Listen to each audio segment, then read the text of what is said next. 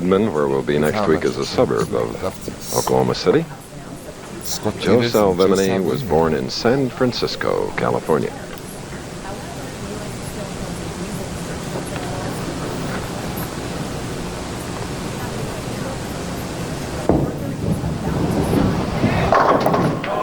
Leaving a 7-pin. Two 3-time PBA champions are battling each other for the top spot, and in addition to a very attractive trophy, $20,000 to the winner, $10,500 to the runner-up.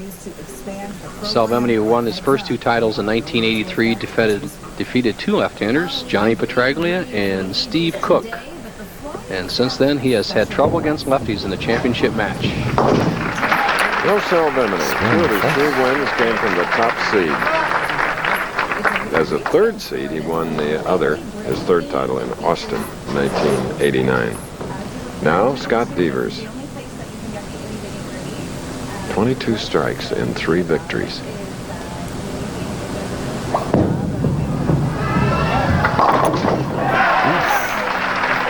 He was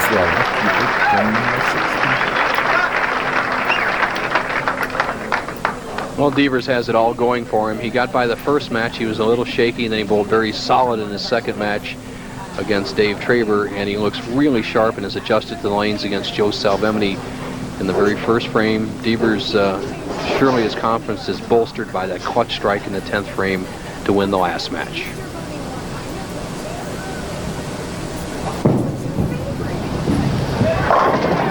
That's immediately putting the pressure on a man who's had to wait the wings for this opportunity as the tournament leader.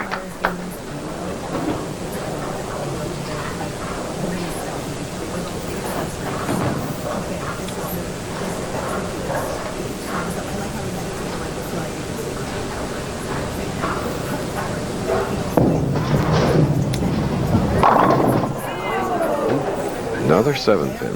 Well, Salvemini turns around a little bit dejected, and you know, he's trying to break a string of second-place finishes, and sometimes you get thinking, hey, it's not in the stars for me. As you see Salvemini's style, he pulls inside out, then realigns his swing and gets that swing right by his foot as he releases the ball, plays that outside line very, very, very well as Scott Devers and the 7-pin.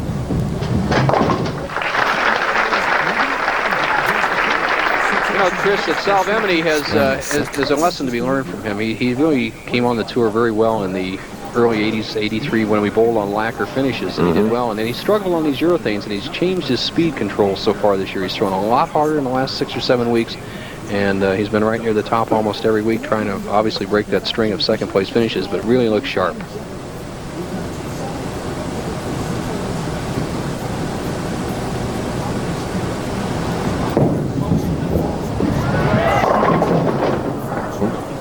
And Joe this time leaving the 2-4. Though I'd mentioned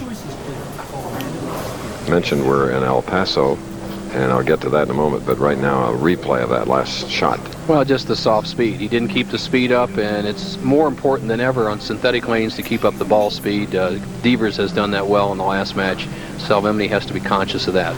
Chris?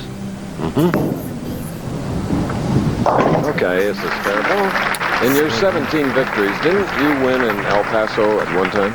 In 1970, 20 years ago, I had the luxury of winning in El Paso, not at this bowling center. This is a modern new center that Roy Lown and his 3 partners have put together, but it was a victory over another left-hander, Johnny Petraglia, who was with us in the earlier commentary and with the tip. So things don't change too much over a 20-year period. And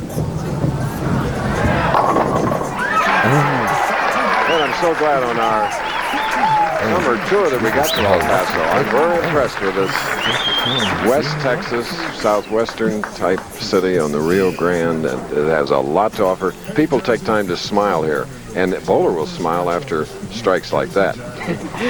You're right, Chris. That was kind of unusual pin action. He went from maybe it's a strike, maybe it's a 7-10 split. Nope, it's 3 strikes in a row. I have a 23-pin lead. I take a re-rack. I come up in the 4th, a chance to put Salvemini down 33 pins.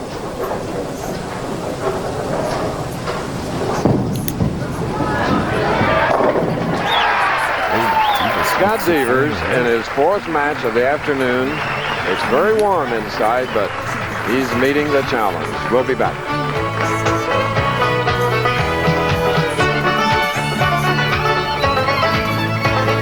Salvemini from Oklahoma City.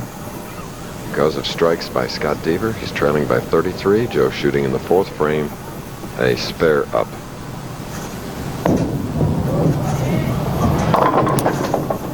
4-7. 4-7. Back in the booth with us, Johnny Petraglia. Johnny, what has happened to Salvemini out there? We see how well Devers is bowling right now. Well, Bo, I think the same thing happened to Joe that happened to Stayrook. Stayrook was really hooking the ball a lot, kept leaving solid 7s and ringing 7s. Joe started out the same way, and I think he tried to fit the ball to 3rd and 4th frame to get it out. All right, Joe Salvemini. We asked him his age when he started bowling.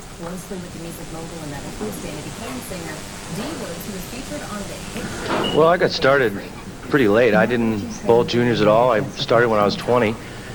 It was kind of a fluke. My girlfriend talked me into doing it. And 2 years later, I picked it up real quick, and I bowled real well. And I just found it was a way to make money. And 2 years later, I won my first title. And 7 years after that, I'm still here doing it. And I expect to win today. Uh-oh. Joe Salvemini, Bo. Well, Chris, he expects to win, but he better get his own pencil out because he's got a major, major problem. Not only is he trailing by 35 pins going into that shot, but he now has a very, very difficult split. The 3, 6, 7, 9. And what he has to do is just clip that 3-pin on the right side with a big hook and send that 3-pin over into the 7.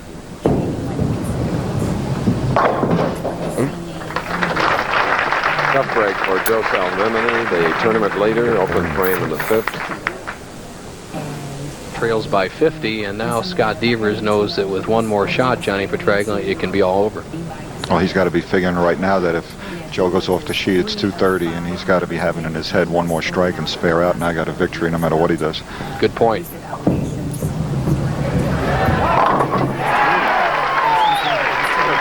To bowl all through the night. Stuck 5 in the air. This is 4th game, and it's hot in here. You're right, Chris, and that's what dead stroke is known about on the Professional Bowlers Tour. It's not very often a player has the luxury of what I say a victory lap. After 5 frames, he has the match well in hand. He's in dead stroke. He has 5 frames to enjoy it. He can just slow down, take his time, and throw some strikes here because I don't think there's any way that Salvemini can come back.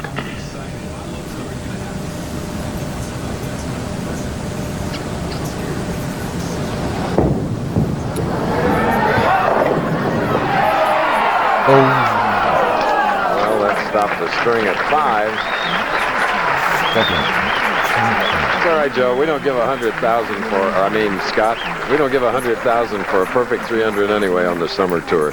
Well, you know, if he had gotten that strike, it had been 6 in a row, we'd have mentioned it and jinxed him, Chris. Of course we would. That's right. It's like talking about no hitters, huh? Bowlers don't feel that way, as baseball players do. As you watch the replay, the key pin's the head pin. It goes to the sideboard, mixes between the 5, 6, and 10 pins. It doesn't roll off the 6 into the 10, leaves an easy spare. And for Salvemini, it must be all strikes from here on out. Well, Johnny Petraglia, they should have watched your bowling tip of the week when you talked about the lefty not hooking the ball too much and playing the down and in shot. Well, I think the down and in shot's working today, Bo. What's happening? It's the 4th game today. The oil's moving around. We're starting to get an overreaction for the guys that hook it, and that's what's happening to Joe right now. A little inside his mark, it hangs. A little outside of it, it's going through the nose. So what can he do? He has to straighten the ball out, change shots. What would you do, John? You were a hook ball player. Well, as good as Scott is bowling right now, I would try and get my feet a little bit left, increase speed, and take a little bit off the ball, trying to get close to the angle that he's playing. And hope.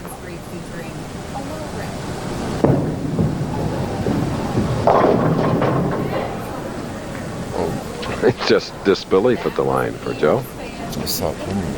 Scoring pretty good today, a 216 average for the players so far. For the whole year, 23 telecasts on ABC Sports. We've had a 210.31 average in the championship round. I'd like to see that improve a little bit over the next year or so, but good action.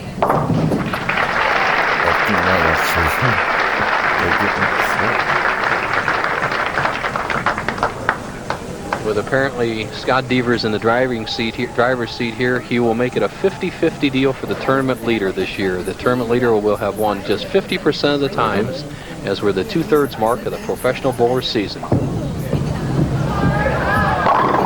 Bo, I I think you professional bowlers are getting more physically fit, because we've had a lot that have been in the number 5 position to go all the way through in the finals to win. I think it's a good point, Chris. I say it's like the Roger Bannister theory. When he broke the 4-minute mile, everybody else had to train to learn to break the 4-minute mile. And with the younger players coming on the tour, especially the last 5 or 6 years, a lot of college players, they're forcing everybody to get in top shape. The level of bowling is up on the Pro Tour.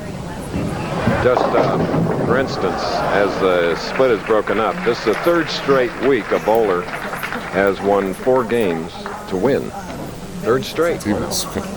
Well, part of that's the condition. When the lane condition is pretty tough, and we haven't seen easy conditions, the player who gets loose has the advantage, that's for sure. Oh, I think you hit it right on the nose. One of the differences between now and years ago was on lacquer, the lane just dried up.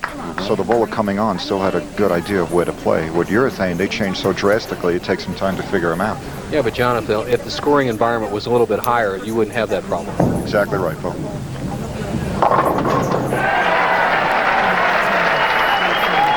All right, Joe. He has a right to raise his hands. It's a personal victory, finally getting that strike coming in the 8th frame. He's really a neat guy. And look what he's done this week. 42-game format, 18 games of qualifying. Traber led the qualifying. Then Salvemini came on in the last 8 games of match play to take the lead, but he's going to finish second.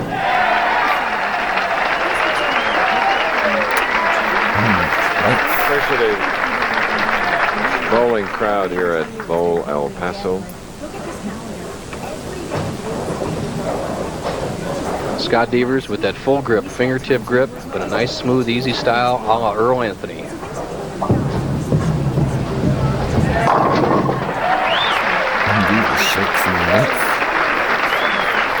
We had so many people help us in doing our scene set, the opening. Barbara Sykes of the Convention Bureau here, Bo, was so helpful, along with her associate Joe Sierra. You know, taking you up the side of the mountain and telling you, some of the history of El Paso. And Marty Robbins, the late Marty Robbins, drove the pace car at Indy when I rode one year. It was not the year we crashed. But he loved this city, and he talked about it a lot. And his music lives on about this sprawling West Texas town. I agree with you, Chris. It's very nice to be in El Paso. I'm sure that ABC will come back here next year with the telecast of the El Paso Open. All right. He'll be in the 230s, Scott Devers. We've had games of 236, 223, and 236. Devers, of course, experience. Possible 239 for champion Devers. Oh, another one.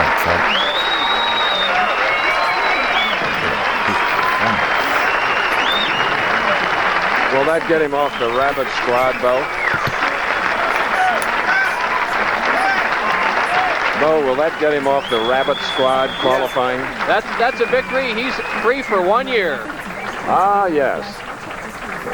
Kevin Shipley, PR director of the PBA, talking to Scott the victor, shooting a 238. We'll have Salvemini score for you.